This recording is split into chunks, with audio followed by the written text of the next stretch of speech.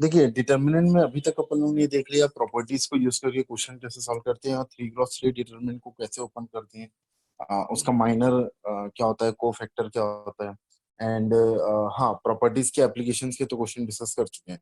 Now last topic अपना बचता है वो है solving systems of equation. Already आप लोग ने 10th क्लास में देख चुका है कि दो या दो से ज्यादा इक्वेशंस को कैसे सॉल्व, सॉरी दो इक्वेशंस को हम लोग cross multiplication method, elimination method और सब्स्टिट्यूशन मेथड से कैसे सॉल्व करते थे। आज देखेंगे अपन कि तीन वाले स्पेशली इंपॉर्टेंट है हमारे लिए। तीन इक्वेशंस को हम लोग कैसे सॉल्व करेंगे बाय यूजिंग डिटरमिनेंट्स, एंड दो इक्वेशन आ जाए तो भी उसको कैसे सॉल्व करेंगे बाय यूजिंग डिटरमिनेंट, तो वो अपन देखने वाले हैं।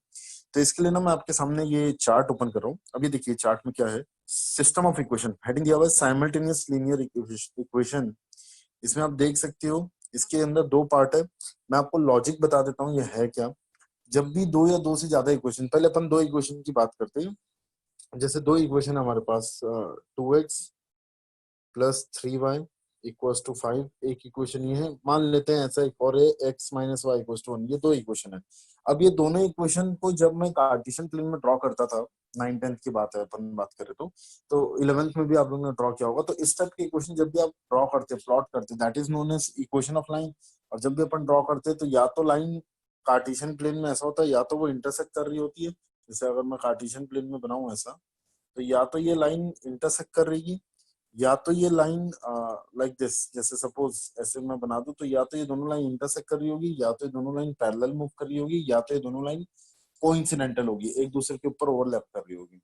तो उस चीज को मैं थोड़ा सा डिफरेंशिएट करने के लिए कि कौन सी लाइन कैसी होती है, वो डिफरेंशिएट अपन कैसे करेंगे। देखिए मैं आपको एक लॉजिक बता देता हूँ। जब भी दो लाइन टकरा रही है, इंटरसेक्टिंग लाइन बनती है, और इंटरसेक्टिंग लाइन में हमेशा एक कॉमन आंसर आता है, एक कॉमन सॉल्यूशन होता है, and that common solution is known as intersecting point. जब भी दो लाइन एक दूसरे के ऊपर इनफाइनाइट सॉल्यूशन कैरी करती है, या जब भी दो लाइंस कोइंसिडेंटल लाइन होती है, एक दूसरे के ऊपर ओवरलैप करते हुए चलती है, तो उनके हर एक पॉइंट एक दूसरे को सेटिस्फाई कर रहे होते हैं। मतलब उनका हर एक पॉइंट कॉमन सॉल्यूशन रहेगा। तो जब भी कोइंसिडेंटल लाइंस आएगी तो उसमें इनफाइनाइट सॉल्यूशंस आते हैं। और जब भी पैरेलल लाइन आ रही है, जैसे एक लाइन ऐसी जा रही है और एक लाइन ऐसी, ये दोनों पैरेलल है, तो ये दोनों कभी जिंदगी में नहीं टकराएंगे। जब भी ये दोनों कभी जिंदगी में नहीं टकराएगी तो इस टाइप की लाइंस को हम लोग बोलते हैं पैरेलल लाइंस। और ये कभी टकराएगी नहीं, तो इसलिए नो सॉल्यूशन, एक भी ऐसा आंसर नहीं होगा जो दोनों को सेटिस्फाई कर रहा होगा। तो ये दोनों, ये पैरेलल लाइन की कहानी थी। कोइंसिडेंटल लाइंस में इनफाइनाइट सॉल्यूशंस आते हैं। इंटरसेक्टिंग लाइंस में एक सॉल्यूशन आता है, that is unique solution. And parallel line में नो सॉल्यूशन। तो ये तीन कैटेगरी से अपन लोगों ने लाइंस को डिवाइड कर दिया। नाउ जब भी कोई भी पेयर ऑफ लाइंस या पेयर ऑफ इक्वेशंस आप बोलो, जब भी कोई भी pair of equation, more than two equations, अगर एक या एक से ज्यादा बार टकराते हैं, एक या एक से ज्यादा बार टकराते हैं ना, अगर वो एक या एक से ज्यादा बार टकरा रहे हैं, मतलब या तो उनके पास एटलीस्ट वन सॉल्यूशन आ रहा है, एटलीस्ट वन सॉल्यूशन के केस में वो। तो जब भी दो या दो से ज्यादा इक्वेशंस के पास एक या एक से ज्यादा कॉमन आंसर है, एक या एक से ज्यादा कॉमन सॉल्यूशन है, तो इस टाइप की सिचुएशन को हम लोग बोलते हैं कंसिस्टेंट। वो यहाँ लिखा हुआ है, एटलीस्ट वन कॉमन सोल्यूशन होना चाहिए, एटलीस्ट वन सोल्यूशन। अदरवाइज जब कोई भी लाइन नहीं टकरा रही, जैसे पैरेलल है, या जब भी कोई दो इक्वेशन में कोई कॉमन आंसर नहीं है, तो कोई भी आंसर नहीं है, नो सॉल्यूशन का केस है, तो इनको बोला जाता है इनकंसिस्टेंट। ये देखिए यहाँ पे आप, तो ये इनकंसिस्टेंट का सिचुएशन है। और एक है, तो लीनियर इक्वेशंस ना दो टाइप की कैटेगरी में आएगा, कंसिस्टेंट और इनकंसिस्टेंट। कंसिस्टेंट मतलब एटलीस्ट वन सॉल्यूशन, और इनकंसिस्टेंट मतलब नो सॉल्यूशन। नाउ कंसिस्टेंट अब दो पार्ट में ब्रेक हो रहा है, तो यहाँ आप देख सकते हैं कंसिस्टेंट को भी मैं दो पार्ट में ब्रेक कर सकता हूँ ऑब्वियसली। या तो एक कंडीशन की जब उसके पास यूनिक सॉल्यूशन होगा, या एग्जैक्टली वन सॉल्यूशन, ये रहा। और या दूसरा कंडीशन जब इनफाइनाइट सॉल्यूशन, ये कंसिस्टेंट में तो आएगा। इनफाइनाइट सॉल्यूशन कौन सी कैटेगरी में आएगा, एक से ज्यादा सॉल्यूशन है और एग्जैक्टली वन सॉल्यूशन भी, एक सॉल्यूशन तो एग्जैक्टली, तो वो दोनों के दोनों कंसिस्टेंट की फैमिली में आ जाते हैं, इसकी फैमिली को सेटिस्फाई कर रहे होते हैं। नाउ अब आगे बढ़ते हैं इसमें अपन। आगे यह है कि अगर यूनिक एग्जैक्टली वन सॉल्यूशन का दूसरा मीनिंग है यूनिक सॉल्यूशन। तो जब भी दो इक्वेशंस में एक कॉमन सॉल्यूशन आ रहा होता है तो या तो हम एग्जैक्टली वन सॉल्यूशन बोलेंगे या तो यूनिक सॉल्यूशन। नाउ अब यूनिक सॉल्यूशन और इनफाइनाइट सॉल्यूशन दोनों में दो ब्रांच बनाए मैंने, ट्रिवियल और नॉन ट्रिवियल का। नाउ दोनों से मीनिंग एक ही मीनिंग है। ट्रिवियल मतलब हो जाता है जब जितने भी वेरिएबल इन्वॉल्व हैं इक्वेशंस में, जितने भी वेरिएबल अगर इन्वॉल्व है इक्वेशन में, अगर वो सब के सब वेरिएबल की वैल्यू जीरो आ रही है तो उसको हम लोग बोलते हैं ट्रिवियल। फॉर एग्जाम्पल मैं आपको एग्जाम्पल समझा देता हूँ। जैसे 2x+3y इक्वल्स टू 0 है और x minus y equals to 0 है, ये दो इक्वेशन है अलग अलग। ये दोनों इक्वेशन में ना एक कॉमन आंसर है, वो क्या, x equals to 0 y equals to 0। तो x भी 0 आएगा और y भी 0 आएगा। तो जितने भी वेरिएबल इन्वॉल्व है इक्वेशंस में, अगर वो सबकी वैल्यू 0 आती है, सबकी, तीनों की या दोनों की, दो वेरिएबल है तो दोनों की, तीन वेरिएबल है तो तीनों की, तो जितने भी वेरिएबल इन्वॉल्व है सबकी वैल्यू अगर 0 आती है तो उसको बोलते हैं ट्रिवियल। नॉन ट्रिवियल क्या होता है कि बहुत सारे आंसर आ सकते हैं नॉन ट्रिवियल में। ट्रिवियल में एक ही आंसर आएगा, जितने वेरिएबल इन्वॉल्व है सबकी वैल्यू 0। नॉन ट्रिवियल में बहुत सारे मतलब इन्फाइनाइट आंसर आ सकते हैं। बट कंडीशन क्या है वो इन्फाइनाइट आंसर में, कि कम से कम at least one non zero variable, मतलब एटलीस्ट एक वेरिएबल की वैल्यू 0 नहीं आनी चाहिए। ठीक है, लेकिन क्योंकि मैंने इसको यूनिक सॉल्यूशन की ब्रांच में रखा हुआ है तो ऑब्वियसली यहाँ पर नॉन ट्रिवियल का एक ही आंसर आएगा। ये यूनिक सॉल्यूशन की ब्रांच में, तो ऑब्वियसली नॉन ट्रिवियल का एक ही आंसर आएगा। तो ऐसा टाइप का आना चाहिए आंसर, ऐसा एग्जांपल लेना है अपने को जिससे वेरिएबल, कोई ना कोई एक वेरिएबल, जितने भी वेरिएबल आपके इक्वेशन में होंगे उसमें से कोई ना कोई एक वेरिएबल की वैल्यू 0 नहीं होनी चाहिए। कोई ना कोई, जैसे मैंने यहाँ ले लिया 5 और यहाँ पर मैंने ले लिया 1, एग्जाम्पल था। तो ये दोनों इक्वेशन का आंसर अगर आप निकालेंगे तो एक्स और वाई जो भी आएगा ना, वो दिख जाएगा कि नॉन ट्रिवियल की कंडीशन में। क्यों? क्योंकि आप सॉल्व करेंगे तो आपको मिलेगा एक्स और वाई की वैल्यू जो भी मिलेगी ना, वो देखना नॉन ट्रिवियल की आएगी। कारण क्योंकि कोई ना कोई एक वेरिएबल 0 नहीं आएगा। अच्छा, दोनों 0 नहीं आएंगे तो भी कोई दिक्कत नहीं है, वो नॉन ट्रिवियल के केस में आएंगे। तो ये तो यूनिक सॉल्यूशन के ब्रांच में था। इधर देखिए आप, इधर आता हूं मैं, यह इनफाइनाइट सॉल्यूशन की ब्रांच में वो भी वही सेम है। ठीक है, इनफाइनाइट सॉल्यूशन में भी ये बातें सेम लिखी गई है, ट्रिवियल और नॉन ट्रिवियल की। हाँ, बट यहाँ पर क्या है इनफाइनाइट सॉल्यूशन में, कि ट्रिवियल में पूरे आंसर देखो, ये तो एक ही आंसर देगा ट्रिवियल, कि जितने भी वेरिएबल लोगे सब वेरिएबल की वैल्यू 0 आनी चाहिए। बट यहाँ पर इंपॉर्टेंट चीज क्या है पता है, नॉन ट्रिवियल इंपॉर्टेंट है इनफाइनाइट सॉल्यूशन में, नॉन ट्रिवियल इंपॉर्टेंट है ये। नॉन ट्रिवियल में क्या है, इनफाइनाइट सॉल्यूशन में बहुत सारे आंसर आएंगे नॉन ट्रिवियल में, बट कोई ना कोई एक वेरिएबल 0 नहीं आना चाहिए। फॉर एग्जाम्पल, अगर मैं ऐसा ले लेता हूँ, कुछ भी ले लो आप इक्वेशन, a1x प्लस या ऐसा 2x+3y -5z इक्वल्स टू 1, फिर x+y+z इक्वल्स टू 0, और एक और ले लेता हूँ मैं 2x-z इक्वल्स टू 5। ये तीन इक्वेशन है, तीन इक्वेशन है तो तीन वेरिएबल। अगर ये तीनों के वेरिएबल की वैल्यू 0 आ गई ना तो ट्रिवियल में आ गई, और ये तीनों वेरिएबल में कोई भी एक 0 नहीं आया तो नॉन ट्रिवियल कहलाता है। तो ट्रिवियल मतलब all values, all variable values are 0। Non trivial मतलब इस टाइप के इनफाइनाइट सॉल्यूशन में नॉन ट्रिवियल का मतलब क्या होगा, इनफाइनाइट आंसर आएंगे बट कोई ना कोई एक वेरिएबल 0 नहीं होगा, कोई ना कोई। ठीक है, जैसे x कुछ आ रहा है मान लेता हूं मैं, y कुछ आ रहा है मान लेता हूं मैं, बट z 0 आ रहा है तो कोई दिक्कत नहीं, तो ये नॉन ट्रिवियल का केस रहेगा ना। लेकिन अगर तीनों 0 हो गए तो ट्रिवियल, बस ये याद रखना। नाउ अपन थोड़ा इसको टेक्निकली देखते हैं, इसकी मीनिंग और कैसे सॉल्व करेंगे। ये तो मेरा हैंड रिटन फॉर्मेट है। हाँ, अब देखिए वही चीज ये ब्रांच में मैंने हैंड रिटन में बना के रखा हुआ है। यहाँ डिटर्मिनेट, एक लास्ट लाइन में लिखा है डिटर्मिनेट और इनडिटर्मिनेट का मीनिंग। तो ये सब मीनिंग्स बस पता होना चाहिए आपको, इस टॉपिक में आपसे क्वेश्चन बहुत जल्दी जल्दी बनेंगे। डिटर्मिनेट का मतलब क्या होता है, if system of equation have a unique solution, अगर कोई भी सिस्टम ऑफ इक्वेशन में एक यूनिक सॉल्यूशन आ रही तो उसको बोलते हैं डिटर्मिनेट। और इनडिटर्मिनेट का मतलब होता है, ये इनडिटर्मिनेट का मतलब नीचे लिखा हुआ देख लो, if it has more than one solution, more than one है ना वो। तो इनडिटर्मिनेट का मतलब होता है एक से ज्यादा, मतलब इनफाइनाइट सॉल्यूशन वाले केस को हम लोग बोलेंगे इनडिटर्मिनेट, और यूनिक सॉल्यूशन वाले केस को हम बोलेंगे डिटर्मिनेट। बट नो सॉल्यूशन वाले केस को हम कुछ नहीं बोलते, ऊपर लिखा हुआ है आप टॉप में देख सकते हैं, उसको इनकंसिस्टेंट ही बोला जाता है, ये लिखा हुआ है। हालांकि कंसिस्टेंट के अंदर में क्या क्या आते थे, यूनिक सॉल्यूशन वाले केसेस और इनफाइनाइट सॉल्यूशन वाले केसेस। अब यूनिक सॉल्यूशन को एक नए नाम से मैं यहाँ पहचान दे रहा हूँ। ये यूनिक सॉल्यूशन वाले को मैंने एक नया नाम दे दिया है, वो नाम मैंने दे दिया इसका डिटर्मिनेट, डिटरमिनेट, ये ऐसा। और वैसे ही ना, आप इनफाइनाइट सॉल्यूशन वाले को एक नया नाम दोगे इसको, उसका नाम रहेगा इनडिटर्मिनेट। तो कई बार ये भी वर्ड्स लिखे रहते हैं क्वेश्चंस में, तो बस आपको बस डेफिनेशन पता होना चाहिए। हाँ, अब मैं आता हूँ होमोजेनियस इक्वेशन। पहली कैटेगरी अपन चालू करते हैं। होमोजेनियस अपन किसको बोलते हैं? जब ना कांस्टेंट टर्म इक्वेशंस में जीरो होते हैं, जैसे एक्स वाई जेड जितने वेरिएबल आ रहे हैं उनके सामने जो नंबर है वो रहने दो, बट उसमें कांस्टेंट टर्म जीरो रहना चाहिए। होमोजेनियस का मतलब ये, फॉर एग्जाम्पल जैसे फंक्शन टॉपिक में भी देखे थे अपन, जैसे एग्जाम्पल मैं बता देता हूँ, x minus two x minus y equal to zero है और x plus y equal to 5 है, तो ये होमोजेनियस इक्वेशन नहीं कहलाएगी। ऊपर वाली होमोजेनियस कहलाएगी बट नीचे वाली नहीं। Two x minus y equal to zero में कांस्टेंट टर्म जीरो है, बट नीचे x plus y equal to 5 में कांस्टेंट टर्म जीरो नहीं है, कांस्टेंट टर्म 5 है, तो ये होमोजेनियस का एग्जांपल नहीं है। तो होमोजेनियस का मतलब क्या होता है? जब भी पेयर ऑफ इक्वेशंस आप ले रहे हो तो सब में कांस्टेंट टर्म जीरो होना चाहिए। जैसे मैंने यहाँ एग्जांपल पे लिया हुआ है, यहाँ पर आप देख सकते हैं a one x plus b one y equal to zero और a two x plus b two y equal to zero.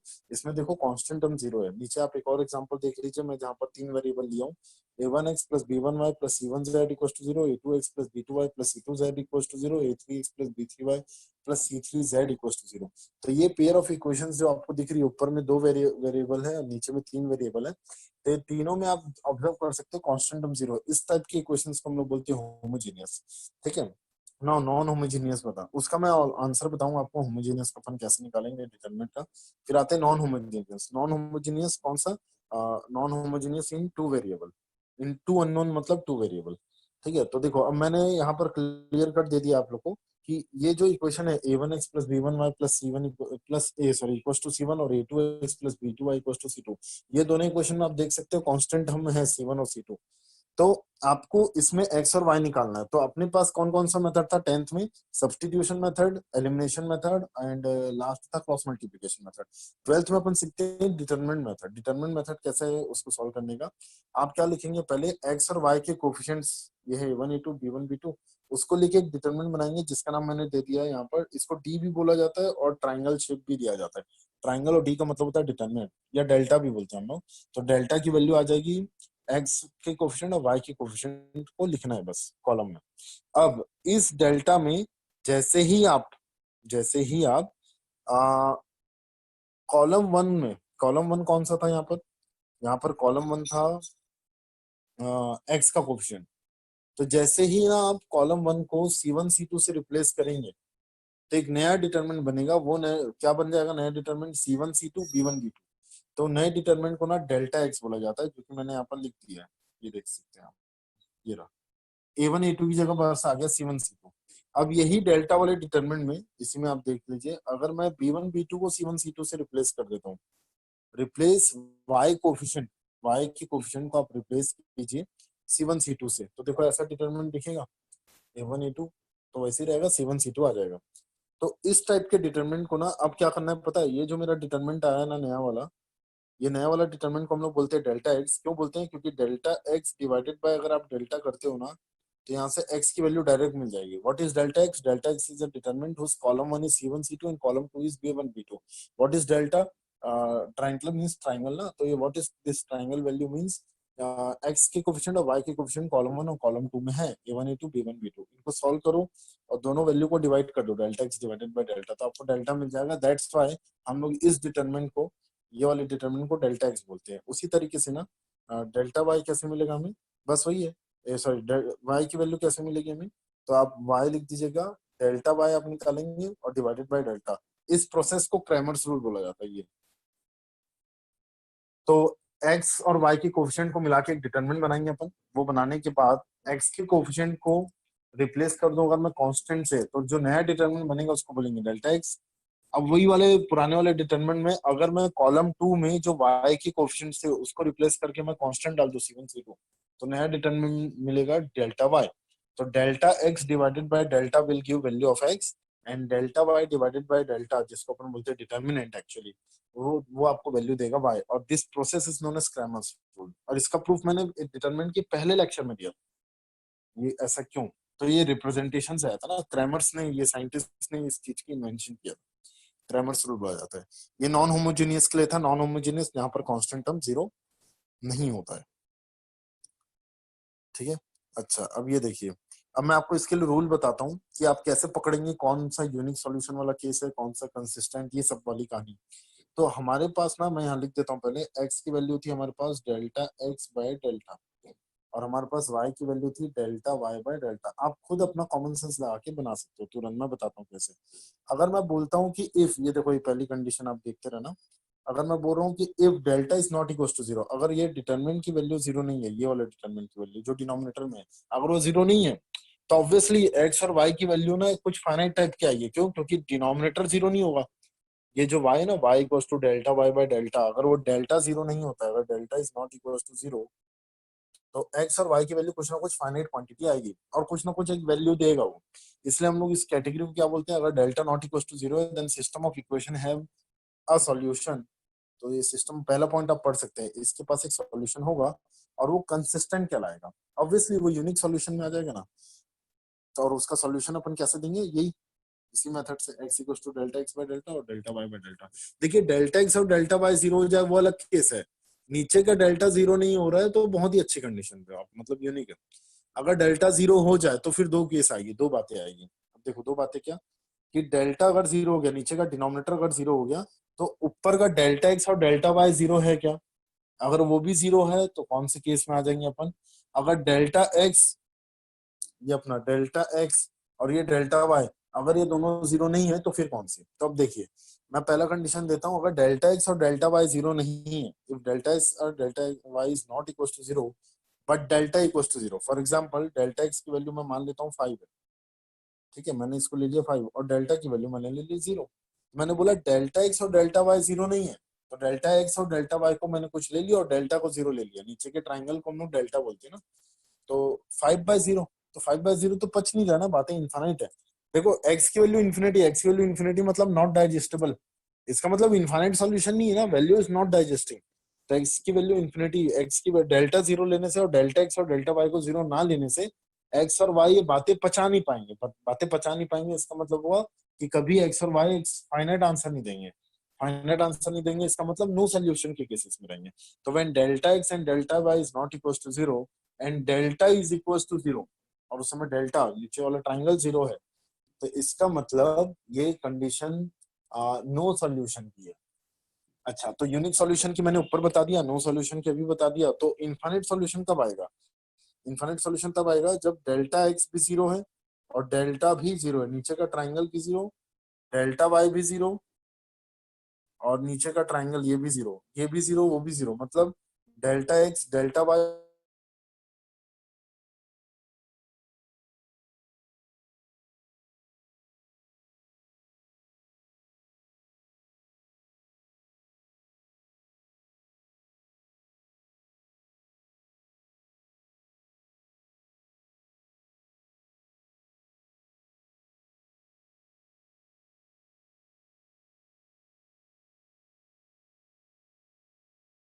दो नाम और बोला जाता है, दो तीन नाम। तो हम फिर ना तीन वर्ड यूज करेंगे। देखिए मैं क्या क्या बोल रहा था, अगर डेल्टा एक्स और डेल्टा वाई ये तीनों जीरो है तो इनफाइनाइट सॉल्यूशन का केसेस है।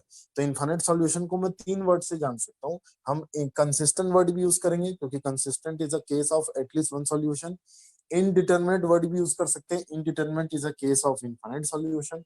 एंड और हम लोग नॉन ट्रिवियल भी यूज कर सकते हैं। नॉन ट्रिवियल क्यों?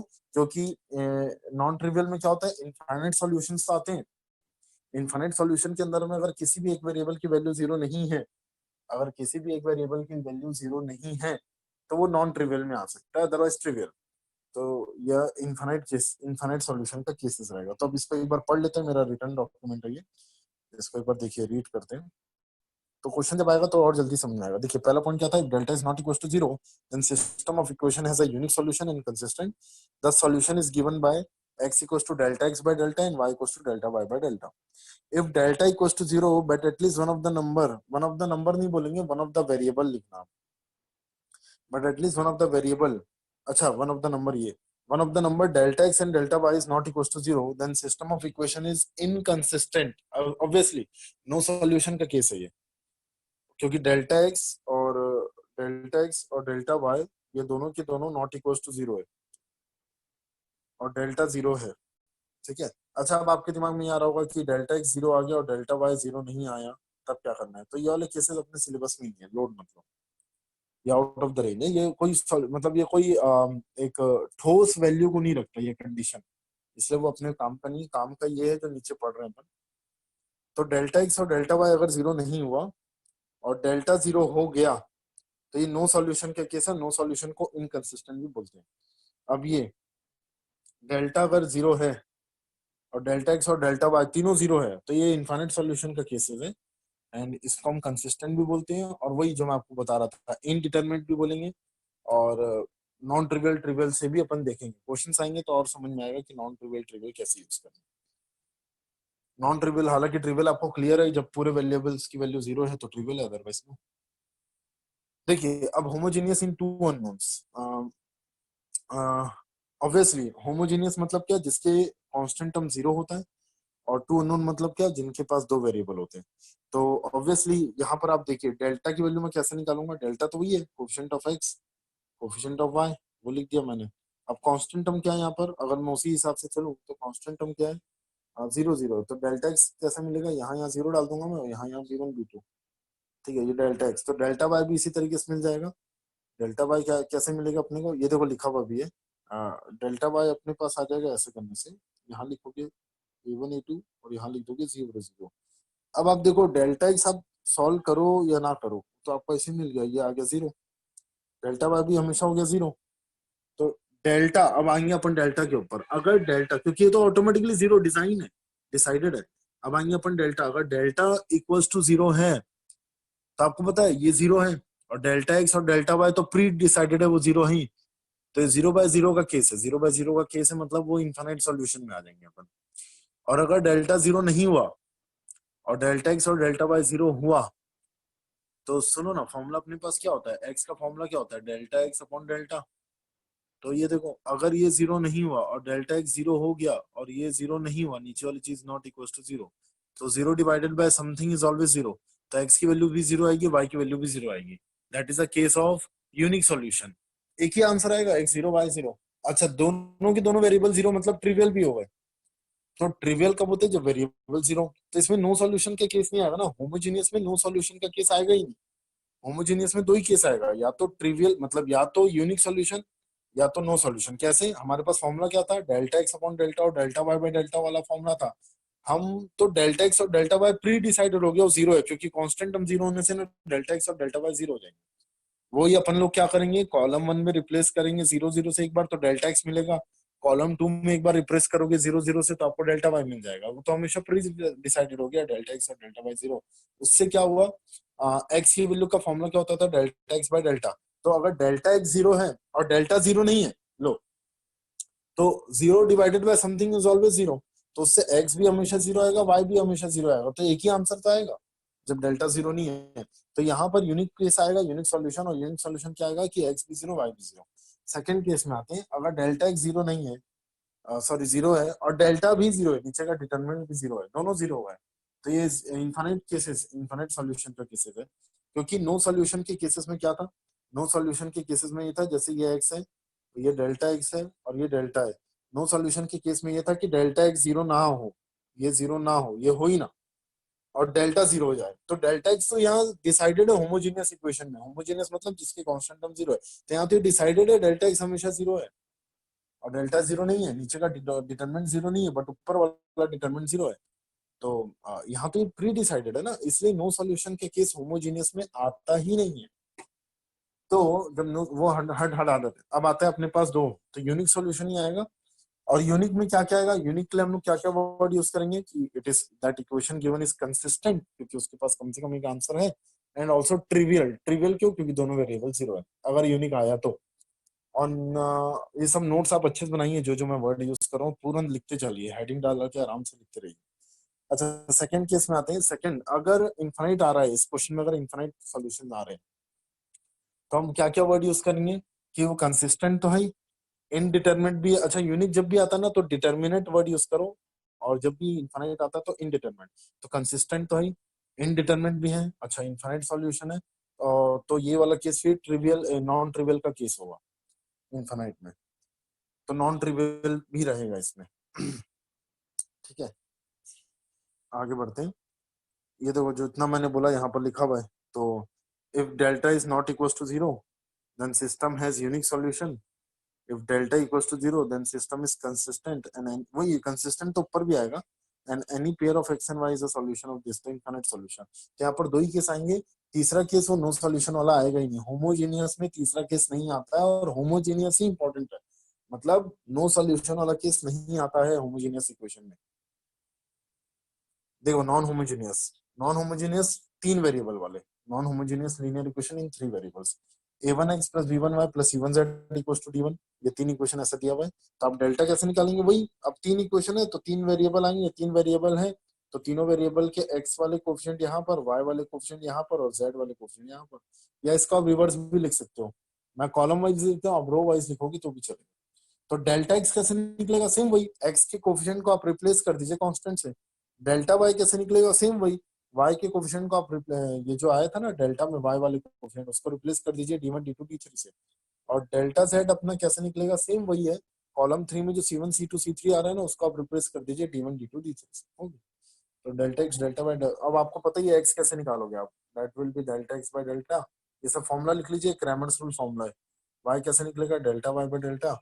अच्छा इसी तरीके से जेड कैसे निकलेगा, जेड निकल जाएगा हमारे पास डेल्टा जेड बाय डेल्टा करने से, ठीक है, फॉर्मूला वही है। और फिर आपको ये क्वेश्चन ऐसा आएगा कि इसको चेक कीजिए वेदर दिस इज कंसिस्टेंट और नॉट, पहले वो चेक करना रहेगा। कंसिस्टेंट के लिए अपन लोग क्या चेक करेंगे, डेल्टा, अगर डेल्टा नॉट इक्वल टू 0 तो तुरंत बता दो कंसिस्टेंट है क्योंकि यूनिक सॉल्यूशन, ठीक है। अगर डेल्टा इक्वल टू 0 आ गया, इफ डेल्टा बिकम 0 देन आप तुरंत चेक कीजिए delta x comma delta y और कॉमा डेल्टा जेड। अगर delta x delta y delta z तीनों 0 आते हैं, तीनों के तीनों, और डेल्टा भी 0 है, सब के सब चारों 0 है ना, तो इनफाइनाइट सॉल्यूशन का केस होगा ये। अभी पिछले टॉपिक में पढ़ाया जाता आपको, टू वेरिएबल में पढ़ रहे थे तो थ्री वेरिएबल आ गया, तो वही तो कहानी है। तो delta x delta y delta z तीनों 0 आ गया, तीनों के तीनों, और डेल्टा भी 0, चारों 0, तो ये इनफाइनाइट सॉल्यूशन का केस है। इनफाइनाइट सॉल्यूशन के केस भी कंसिस्टेंट कहलाते हैं। तो कंसिस्टेंट की फैमिली में दोनों आते हैं ना, unique solution infinite solution. But determinate word किसके लिए, यूनिक सॉल्यूशन के लिए। इनडिटर्मिनेट वर्ड किसके लिए, इनफाइनाइट सॉल्यूशन के लिए। तो नो सॉल्यूशन के लिए क्या वर्ड है, केवल इनकंसिस्टेंट, और कुछ नहीं। हालांकि वो कोई इतना इंपॉर्टेंट पार्ट भी प्ले नहीं करता है। बाकी तो रूल्स पूरा वही लिखा है यहाँ पर, मैं आपको पीडीएफ सेंड करूंगा, उससे आप नोट्स बना सकते हैं। और ये सब मैंने बता दिया है। चलो क्वेश्चंस में आते हैं। यहाँ पहला क्वेश्चन दिया है, for what value of lambda the equations are consistent, ये देखो। अच्छा एक मिनट, आपको मैं एक और टॉपिक बता देता हूँ, that is known as two variable and three unknown. तो अच्छा ये है क्या, एक से देखिए, एक ये वर्ड, एक ये लास्ट में पढ़ लीजिए, बाकी तो मैंने पढ़ा दिया है। नीचे पढ़ लीजिए, एक होमोजेनियस इक्वेशन जहां पर मैं आपको दो वेरिएबल दूंगा बट इक्वेशन तीन दी, ये देखो ऐसा, ये गिवन है। देखो आप वेरिएबल दो है बट इक्वेशन तीन है, a1x plus b1y equals to c1, a2x plus b2y equals to c2 और a3x plus b3y equals to c3। ये तीन इक्वेशन है बट वेरिएबल टू है, तो इसका हेडिंग डाल दीजिएगा, this is that is not homogeneous, तो ये होमोजेनियस नहीं है, बट आप बस हेडिंग डाल दीजिएगा कि linear equation, linear equation two unknown, three linear equation two unknowns, ऐसा हेडिंग डाल दिया, three linear equation two unknowns. अच्छा अब इसमें क्या बताना है, हमें यहाँ पर एक्स वाई की वैल्यू डालनी है। अच्छा वो उसके लिए था, ये हेडिंग उस अलग से था, एक मिनट ना, ये अलग पार्ट है, यहाँ से बाउंड्री बना लीजिए, इसके ऊपर अलग पार्ट है, नीचे अलग चार्ट कहानी चालू हो रही है, तो ये अलग से टॉपिक है ना, ये थ्री इक्वेशन टू अननोन। तो थ्री इक्वेशन टू अननोन को इसके बारे में सॉल्व करना है। तो देखो इसको मैं बताता हूँ, यहाँ पर ये है, above three equation in which two are unknown, यहाँ ऊपर लिखा हुआ है विल बी कंसिस्टेंट। इसको कंसिस्टेंट हम कब बोलेंगे, कंसिस्टेंट मतलब ये तीनों मिलके, अच्छा तीनों तीनों आके एक ही जगह टकराएंगे, तीन इक्वेशन है तीनों आके एक ही जगह टकराएंगे, तो कंसिस्टेंट ये कब बनेंगे, जब इनके डिटरमिनेंट की वैल्यू 0 आएगी। तो डिटरमिनेंट कैसा, देखो ये मैंने बोला था a1x plus b1y equals to c1, ये है, ऐसा ऐसा ऐसे ऐसे करके तीन इक्वेशन है, तो इनको लेके आप डिटरमिनेंट बनाइए। डिटरमिनेंट आप ऐसा पिलर खींचेंगे, यहाँ लिख दो आप a1, यहाँ लिख दो b1, यहाँ लिख दो c1, a2 b2 c2, a3 b3 c3, ये तीनों के तीनों एक सॉल्यूशन, यूनिक सॉल्यूशन, सिर्फ यूनिक सॉल्यूशन का केस है कंसिस्टेंट, या इनफाइनाइट भी बोलो, चलो तीनों की तीनों या तो ओवरलैप हो रहे होंगे या तो तीनों की तीनों एक जगह आके टकरा रहे होंगे। तो आपको क्वेश्चन आएगा कि तीन इक्वेशन और टू अननोन है और इन लोग को कंसिस्टेंट बनाना है, तो क्या करना है। तो कंसिस्टेंट बनाने के लिए ना इस डिटरमिनेंट की वैल्यू 0 आनी चाहिए। याद रखिएगा कांस्टेंट टर्म आरएचएस में होना चाहिए। a1x plus b1y equal to c1, c1 RHS वाला। तो आप क्या करोगे, ये x का कोएफिशिएंट, y का कोएफिशिएंट और आरएचएस से कांस्टेंट उठाओगे और एक एक करके आप डिटरमिनेंट के रो और कॉलम में डालते जाओ। तो रो 1 रो 2 रो 3 में तीनों को इंसर्ट करिए। अगर ये तीनों का डिटरमिनेंट की वैल्यू 0 आती है तो हम बोलेंगे कि this given system is consistent, otherwise not. यहाँ पर मैंने कुछ स्टैंडर्ड वो लिखे हैं कि आप ये याद रख लेंगे तो बेटर रहेगा। जैसे ये अपन लोग सॉल्व किए थे प्रॉपर्टीज को यूज करके कि कॉलम 1 में 1 1 1 दिया हुआ है, ये एबीसी दिया हुआ है, ये ए स्क्वायर बी स्क्वायर सी स्क्वायर दिया हुआ है। तो इसकी वैल्यू आती है ए माइनस बी माइनस सी माइनस ए। ठीक है, एक तो ये याद रख ले तो बेटर रहता है अपने लिए। और 1 1 1 कॉलम 1 में दिया हुआ है, एबीसी दिया हुआ है और ए cube B cube C cube दिया हुआ है। तो इसकी वैल्यू आती है ए माइनस बी माइनस सी माइनस ए इंटू ए प्लस बी प्लस सी। ये ऑलरेडी अपन लोग सॉल्व कर चुके हैं। तो इतना टॉपिक जो अभी तक पढ़े ना अपन, उसको थोड़ा मैं समराइज करूं। कंसिस्टेंट का मतलब क्या था? Solution exist, obviously solution exist कर रहा है, बट वो या तो यूनिक में होगा या तो इनफाइनाइट नंबर ऑफ सॉल्यूशंस होंगे। Inconsistent solution does not exist, मतलब नो सॉल्यूशन के केसेस है। होमोजेनियस मतलब कांस्टेंट टर्म 0 है, ये अभी तक पढ़ चुके हैं अपन। ठीक है। Trivial, all variable values are 0, सबके सब वैल्यू वेरिएबल की वैल्यू 0 आनी चाहिए। और नॉन ट्रिवियल का मतलब होता है इनफाइनाइट नंबर ऑफ सॉल्यूशन। मतलब देखिए, वेरिएबल की वैल्यू 0 नहीं आनी चाहिए कोई भी, at least one of the variable should not be equal to 0। And non trivial वाला ज्यादा इंपॉर्टेंट है इनफाइनाइट सॉल्यूशंस वाली कैटेगरी में। यूनिक सॉल्यूशन वाली कैटेगरी में इतना इंपॉर्टेंट नहीं है। तो इनफाइनाइट सॉल्यूशन के केसेस में नॉन ट्रिवियल कब आता था? जब पूरे के पूरे वेरिएबल्स में कोई ना कोई एक नॉट इक्वल टू 0 आना चाहिए और साथ ही साथ आंसर इनफाइनाइट आना चाहिए। बहुत सारे आंसर आ रहे होंगे लाइक दिस। जैसे 3 इक्वेशन मैंने लिया है तो एक्स 1 आ गया, वाई 2 आ गया और जेड 0 आ गया। एक ये सॉल्यूशन हो गया, जेड 0। फिर एक ये भी हो गया कि एक्स 0 है, वाई 0 है और जेड 2 है। ऐसा भी सॉल्यूशन हो गया कि एक्स 1 वाई 2 जेड 3, कुछ भी, कोई भी एक वेरिएबल 0 नहीं होना चाहिए। तीनों भी नहीं हो रहा है तो भी कोई दिक्कत नहीं है। तो इस टाइप के केसेस को हम लोग नॉन ट्रिवियल के अंदर डाल देते हैं इनफाइनाइट आंसर्स के टाइम में। ठीक है, तो मैं क्वेश्चन से और अच्छे से समझा देता हूँ आपको। ये देखिए, पहला क्वेश्चन, पहला दिया हुआ है 2x plus 3y equals to 10 और x plus y equals to 4। आपको चेक करना है कि वेदर दिस काइंड ऑफ ये कौन सा नेचर कैरी कर रही है। मतलब कंसिस्टेंट है कि नहीं है, और नहीं है तो कौन, अगर कंसिस्टेंट है तो कौन सी कैटेगरी वाला, यूनिक वाला कि इनफाइनाइट वाला। तो आप क्या करेंगे, पहले डेल्टा निकालेंगे। डेल्टा निकालने का तरीका क्या था? एक्स का कोएफिशिएंट और वाई का कोएफिशिएंट, ये मैंने यहाँ लिख दिया। तो इसको सॉल्व किया मैंने तो डेल्टा नॉट इक्वल टू 0 आ रहा है। अब मैं निकालूंगा डेल्टा एक्स और डेल्टा वाई। तो डेल्टा, अच्छा डेल्टा नॉट इक्वल टू 0 आ गया तो खेल ही खत्म हो गया ना। हमने तो एक्स और वाई निकालने नहीं बोला, हमें चेक करने बस बोला गया। तो चेक करना है वेदर इट इज कंसिस्टेंट और नॉट।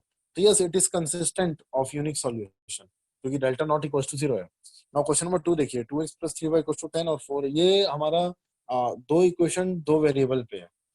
तो 2x plus 3y equal to 10 और 4x plus 6y equal to 20 है। अब आप यहाँ पर आप डेल्टा की वैल्यू कैसे निकालेंगे? x का कोएफिशिएंट और y का कोएफिशिएंट पकड़िए और सॉल्व कीजिए। तो आपको क्या देखने को मिलेगा पता है? जैसे मैंने x का कोएफिशिएंट और y का कोएफिशिएंट पकड़ा, यहाँ डाल दिया, तो आपको पता है यहाँ से मैं 2 कॉमन निकाल सकता हूँ और यहाँ से 3 कॉमन निकाल सकता हूँ। तो 2 कॉमन निकाला, 3 कॉमन निकाला, बाहर हो गया 6, अंदर आ जाएगा अपने पास 1 2, यहाँ भी आ जाएगा 1 2। अरे वाह, जब भी कोई डिटरमिनेंट में दो रो या दो कॉलम सेम होते हैं तो उनके डिटरमिनेंट की वैल्यू 0 आती है। तो डेल्टा 0 हो जाएगा। डेल्टा 0 तो अब मुझे चेक करना पड़ेगा, या तो ये नो सॉल्यूशन वाला केस है या तो इनफाइनाइट। नो सॉल्यूशन वाला कब रहेगा? डेल्टा एक्स और डेल्टा वाई में वैल्यू कोई भी, हालांकि कोई भी एक वैल्यू 0 नहीं आनी चाहिए थी डेल्टा एक्स और डेल्टा वाई में। तो यहाँ जब आप डेल्टा एक्स सॉल्व करोगे तो कैसे सॉल्व करोगे? एक्स का कोएफिशिएंट को रिप्लेस कर दीजिएगा कांस्टेंट से। तो 10 20 और 3 6, इसको लेके मैंने एक डिटरमिनेंट बनाया, ये रहा। इसको सॉल्व किया तो ये आ गया 0। सॉल्व करके देख लीजिए, आ जाएगा 0। वैसे आप डेल्टा वाई भी निकाल सकते हैं, डेल्टा वाई भी आएगा 0। तो this is a case of infinite solution. Infinite solution में अगर ये 2 वेरिएबल और 2 इक्वेशन है तो ये कोइंसिडेंटल लाइंस है। तो ये सब चेक करने का तरीका था। अच्छा, 10th क्लास में भी इसको चेक करने का तरीका ये था कि एक्स का कोएफिशिएंट a1 a2, y का कोएफिशिएंट b1 b2 और कांस्टेंट टर्म, इन सब का अगर रेशियो इक्वल आ रहा है तो ये कोइंसिडेंटल लाइंस थी। तो ऐसा भी आप चेक कर सकते हैं। बट मैं आपको ऐसा इसलिए करवा रहा हूँ ताकि आप कंफर्टेबल हो जाएं इस टॉपिक में कि ये टॉपिक क्या बताना चाह रहा है। टॉपिक ये बोलना चाह रहा है आपको टेक्निकली कि कंसिस्टेंट है कि नहीं, ये चेक करना अभी सिखा रहा है। अभी ये दो एग्जांपल नहीं बताया। अब मैं ट्रिवियल नॉन ट्रिवियल में आऊंगा थोड़ी देर में। तो ये सब तो मैंने बता दिया, कंसिस्टेंट इनकंसिस्टेंट जो मैंने लिखा था पेन पेपर से वही अब मैंने टाइप भी करवा दिया। आगे बढ़ते हैं। ये था क्रैमर्स रूल। क्रैमर्स रूल में मैंने बोला था डेल्टा को हम लोग डी भी बोल सकते हैं, तो डी भी बोलते हैं या डेल्टा भी बोलते हैं। अच्छा, और डेल्टा एक्स को हम लोग फिर यहाँ पर बोलते हैं डी1 या डी एक्स। डी2 हम लोग बोलते हैं डेल्टा वाई को। ये भी तरीका है, आप कंफ्यूज ना हो जाए बुक पढ़ के, इसलिए मैं सोचा ये डॉक्यूमेंट लिख दे देता हूँ यहाँ पर। और जो मैं बातें बताया हूँ पूरा वो यहाँ लिखा हुआ है, आप पढ़ सकते हैं। तो डेल्टा वाई को डी2 भी बोला जाता है, डेल्टा जेड को डी3 भी बोला जाता है। ये पूरा वही लिखा हुआ है, जो जो मैंने बोला पूरा का पूरा एज इट इज वही है। हाँ देखो, एक चीज मैं क्लियर कर देता हूँ, मैं आपको बोला भी था कि अगर कोई भी एक डिटरमिनेंट, देखो जैसे कि ये वाला, अगर डिटरमिनेंट की वैल्यू 0 है ये, बट कोई भी एक जन, delta x, delta y, delta z, कोई भी एक ना, अगर नॉट इक्वल टू 0 है तो नो सॉल्यूशन के केस में आएगा। अगर तीनों के तीनों 0 हैं, delta x, delta y, delta z और ये डेल्टा, अगर ये सब के सब 0 हैं तो ये इनफाइनाइट सॉल्यूशन के केस में आता है। और delta x, delta y, delta z में अगर कोई एक भी 0 नहीं है तो वो सिर्फ और सिर्फ, याद रखिएगा, इसके केस में आएगा, नो सॉल्यूशन। चलो क्वेश्चन नंबर 1 में आते हैं, नॉन जीरो सॉल्यूशन। अच्छा, अब देखिए ये क्या दिख रहा है हमें, 3 इक्वेशन है, लैम्डा निकालना है, और यहाँ पर तीनों के तीनों में कांस्टेंट टर्म 0 है, मतलब नॉन होमोजीनियस इक्वेशन है। Non homogeneous, sorry sorry, homogeneous equation है। अच्छा, होमोजीनियस के लिए मैंने बताया था आपको अभी थोड़ी देर पहले, होमोजीनियस में या तो दो केस होगा, या तो यूनिक सॉल्यूशन आएगा, या तो इनफाइनाइट आएगा, बट नोट सॉल्यूशन आता ही नहीं है इसमें। ठीक है। अच्छा, यूनिक में भी क्या आता था, होमोजीनियस में यूनिक क्या होता है, जितने वेरिएबल है सबके सब 0 आएंगे, ट्रिवियल आते थे इसमें। और आपको ऐसा हिट एंड ट्रायल से भी दिख रहा होगा, हिट एंड ट्रायल से आपको दिख गया एक्स वाई जेड तीनों की तीनों 0 है, तो एक आंसर तो यह है, तो वो यूनिक के अंदर में आता है। बट मुझे यूनिक के अंदर में यही आंसर आता है, तो ये तो जीरो सॉल्यूशन कहलाएगा ना, सबके सब 0 आ रहे हैं, मुझे नॉन जीरो सॉल्यूशन चाहिए, मतलब मेरे को इस केस का आंसर निकालना पड़ेगा, इनफाइनाइट। अच्छा, इनफाइनाइट केस कब होता था होमोजीनियस में, जैसे कि ना एक्स की वैल्यू मुझे निकालनी है, वो फॉर्मूला क्या होता था, डेल्टा एक्स बाय डेल्टा। ठीक है, तो इनफाइनाइट कब होता था, जब मैं डेल्टा को 0 लेके सॉल्व करूं। डेल्टा को आप 0 ले लो तो इनफाइनाइट केस में आ जाएंगे। इनफाइनाइट केस क्यों ले रहे हैं, याद रखिएगा, क्योंकि मुझे नॉन जीरो सॉल्यूशन चाहिए। तो बहुत कॉन्सेप्चुअल टॉपिक था ना, होमोजीनियस, क्योंकि कांस्टेंट टर्म 0 है तीनों इक्वेशन में, तो ये होमोजीनियस है। अच्छा, कोई भी कांस्टेंट टर्म 0 नहीं होता ना, तो this pair is known as not homogeneous. जैसे ये वाला इक्वेशन 0, ये 0, बट यहाँ पर 5 लिख दोगे आप, तो ये नॉट होमोजीनियस, नॉन होमोजीनियस में आ जाएगा। पूरा सेट को देखा जाता है, पूरा सेट होमोजीनियस है कि नहीं, तो ये पूरा सेट होमोजीनियस है ना। अच्छा, अब आप देखो होमोजीनियस में दो केस था, या तो यूनिक सॉल्यूशन आएगा या तो इनफाइनाइट, नो सॉल्यूशन नहीं आता है। यूनिक सॉल्यूशन कब आता था, जब डेल्टा नॉट इक्वल टू 0 होता था, और पूरे के पूरे जितने भी वेरिएबल आएंगे ना, सबके सब 0 आएंगे। बट मुझे यहाँ नॉन जीरो सॉल्यूशन चाहिए, इसका मतलब मुझे इनफाइनाइट कैटेगरी में जाना पड़ेगा। इनफाइनाइट कैटेगरी कब सॉल्व होती थी, जब डेल्टा को 0 लेते हैं। तो ना डेल्टा को मैं 0 लेने जा रहा हूँ, तो डेल्टा कौन है मेरे पास यहाँ पर, लेमडा। एक्स का कोफिशिएंट पकड़ो, यहाँ डाल दिया, वाई का कोफिशिएंट पकड़ो, यहाँ डाल दिया मैंने, और जेड का कोफिशिएंट पकड़ो, वो यहाँ डाल दिया मैंने। तो अगर डेल्टा को 0 लेके सॉल्व करोगे, तो यहाँ से जो लेमडा आएगा वो आंसर हो जाएगा। तो इसको लेके सॉल्व कीजिए, ये एक्स का कोफिशिएंट, वाई का कोफिशिएंट और जेड का कोफिशिएंट मैंने डाल दिया कॉलम 1, कॉलम 2, कॉलम 3 में, और इक्वल टू 0 लेके सॉल्व कीजिए। सॉल्व करेंगे तो मुझे कुछ सॉल्व करके देखिए आप क्या आता है, आप देखो, मैं भी करता हूँ जब तक, आप लोग भी सॉल्व करते रहिए। Lambda -1 -1 1, lambda -1 1 1, lambda. अगर ये 0 लेके सॉल्व करोगे, तो लैम्डा 0 लेके सॉल्व करोगे, तो आपका जो भी आंसर आएगा वो लैम्डा की वैल्यू रहेगी। तो सॉल्व आप लोग कर लियोगे, तो मेरा कुछ ऐसा आ रहा है, lambda into lambda square plus 2 equals to 0। तो देखो यहाँ से दो आंसर मिलेगा मुझे, एक आंसर मिल रहा है लैम्डा 0 आ रहा है, और एक आ रहा है लैम्डा बिलोंग्स टू इमेजिनरी। क्यों, आई मतलब इमेजिनरी लिख दिया ना मैंने, a lambda does not belongs to real लिख लो, इसमें रियल आंसर नहीं आएगा। तो ये lambda square plus 2 equals to 0 है, तो lambda square plus 2 equals to 0 से कोई लैम्डा फाइनाइट आंसर नहीं, रियल आंसर नहीं मिलेगा। तो ये आंसर रिजेक्ट हो जाएगा आपका, ये answer final reject, only this accepted. तो final answer is lambda equals to 0। तो this is the way to solve this kind of question, मैंने बोला भी था होमोजेनियस ज्यादा इंपॉर्टेंट है। अब देखिए ये मैं आपको आज थोड़ी देर बात कराऊंगा, इसमें आते हैं। cos 2 theta x plus 4y plus 3z equal to 0। देखिए 2 इक्वेशन है, एक सेकेंड ना, थोड़ा यहाँ पर थोड़ा सा करेक्शन है। ये एक और इक्वेशन यहाँ पर sine 3 theta x minus y plus z equal to 0, ये 3 इक्वेशन है।